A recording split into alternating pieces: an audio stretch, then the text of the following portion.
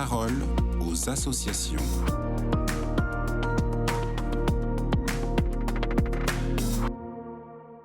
Bonjour Antoine Châtaignon, Oui, bonjour monsieur. vous êtes membre des associations familiales catholiques, ancien président d'une de ces associations, et vous vouliez nous parler ce matin du sujet des retraites. Alors c'est un sujet qui a grandement été discuté lors de la dernière campagne des élections législatives anticipées.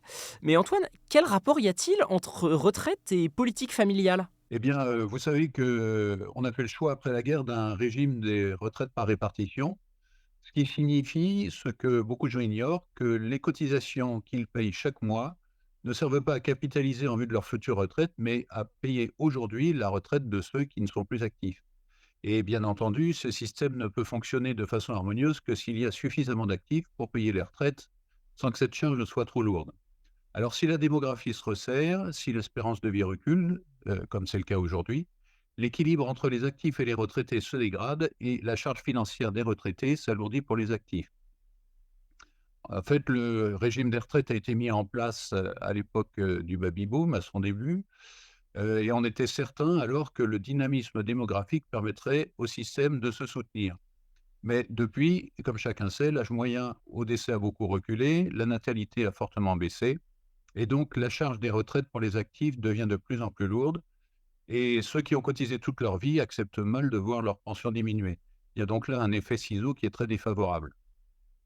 On peut faire une remarque en passant, c'est que notre système actuel peut être analysé comme une sorte de nationalisation du système traditionnel dans lequel les enfants entretiennent leurs parents âgés.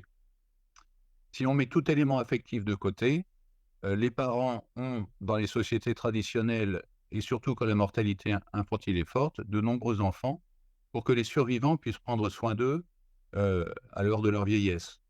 Eh bien, notre système présente à cet égard un vice. Ceux qui cotisent le plus au système par la mise au monde et l'éducation des enfants ne reçoivent pas du régime des retraites un juste retour sur investissement. En effet, les majorations pour familles nombreuses sont faibles et le profit qui en est tiré est mutualisé entre tous. En caricaturant, on pourrait dire que la charge est privatisée, mais que le profit est nationalisé. Mais alors Antoine, que peut-on faire face à cette situation ? Eh bien, on peut apporter plusieurs réponses complémentaires. Alors, l'une porte sur la réforme des retraites avec ses aspects techniques, l'âge d'admission à la retraite, la durée des cotisations, retraite par points ou non, introduction ou non d'une dose de capitalisation. Pour certains, l'immigration pourrait apporter une réponse, alors que pour d'autres, celle-ci n'est pas du tout adéquate. Moi, ce que je voudrais faire ici, c'est me concentrer sur la politique familiale qui est destinée à soutenir les familles. Alors, la politique familiale ne doit pas être confondue avec une politique démographique. On pourra d'ailleurs peut-être y revenir un autre jour. Il n'empêche que l'expérience montre qu'elle a toujours un effet favorable sur la démographie. Quand on se préoccupe de développer un environnement favorable aux familles, eh bien, on contribue à encourager la survenue d'enfants.